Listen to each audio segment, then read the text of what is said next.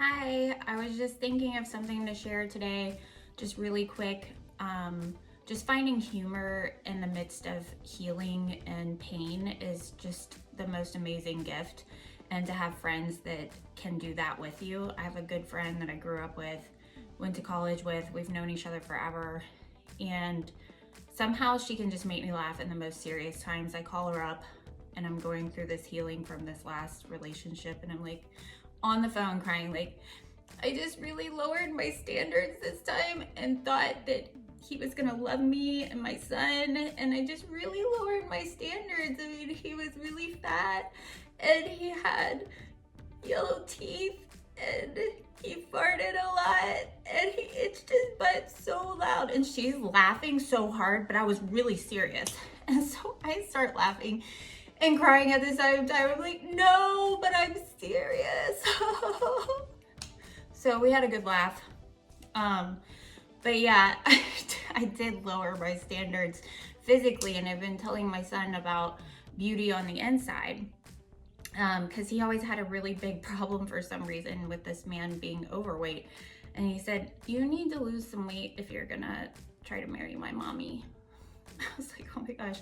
So I've been trying to talk to him about beauty on the inside, and that makes somebody really attractive. And so I was willing to give this person a chance that wasn't, the most attractive on the outside, or somebody that people would really see me with.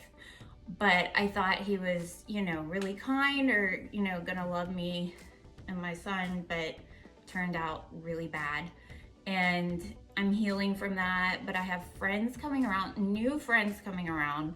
And I just wanted to encourage anybody that's listening today that when you say no to the toxic people, it like almost opens the doors for new, like really good people to come in your life. I met a couple of soccer players. They are just really inspiring. They're so devoted to their sport and fun and just entrepreneurial. They just are amazing people.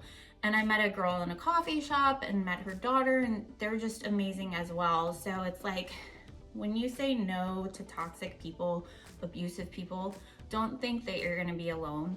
And it might not be another boyfriend that comes in or somebody to marry, but God's gonna, bless you with really positive people around you. And I all of a sudden am dancing better. I went to ballet this morning, had a great class, was dancing on point again. And my teacher said, welcome back. It was like, I've just been like dead inside and weighed down by this person. And all of a sudden it's just like, whew, and my creativity is flowing again. And I'm just not weighed down anymore trying to make this person happy, when that's just impossible. And that's just one of the biggest signs, I think, in an abusive relationship. Like, even if they're not physically abusing you, there's something about somebody that has that tendency to drag you down. Is if you're walking on eggshells and you feel like you can never satisfy this person, that's a huge sign of abuse.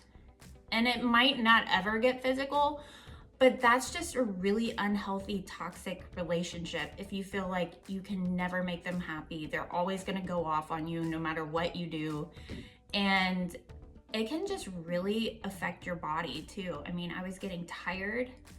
I was really stressed out, more than I even thought. I mean, I didn't even realize how stressed out I was until he finally is out of my life, and how much more energy I have for my son and, for people around me, and just to do things that I enjoy doing again, like dance and art, and just being around people again and socializing, and not feeling like I'm tiptoeing around, not able to say hello to somebody without looking over my shoulder, or, if you feel like you're constantly being critiqued, that's a sign of a very unhealthy relationship, and just run. You don't need that type of toxic relationship. There are so many good people out there, and it can feel like there's not sometimes, because of just the amount of people that are selfish and broken, and we're all broken.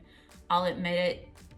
I mean, I know there's things that I do that I need to improve on, But there's a difference of like an abusive, toxic relationship and not being able to have an adult conversation without it turning into yelling and screaming at you. So I just wanted to encourage you today that you can find a friend and find something to laugh about today. And it really just changes your whole countenance and your mood. And to not take it so seriously. I mean, the best of us have gone through this, and it's like, how did I not see it? You know, and it happens. Don't beat yourself up about it. And that's, you know, what I'm telling myself every day. You know, you're a strong woman. You've been through a lot. You didn't respond this time how you responded in the past. You know, before I would stay way past till it was just really, really bad. I mean, getting out quickly, spotting it, telling friends, talking to family, being honest with what was happening.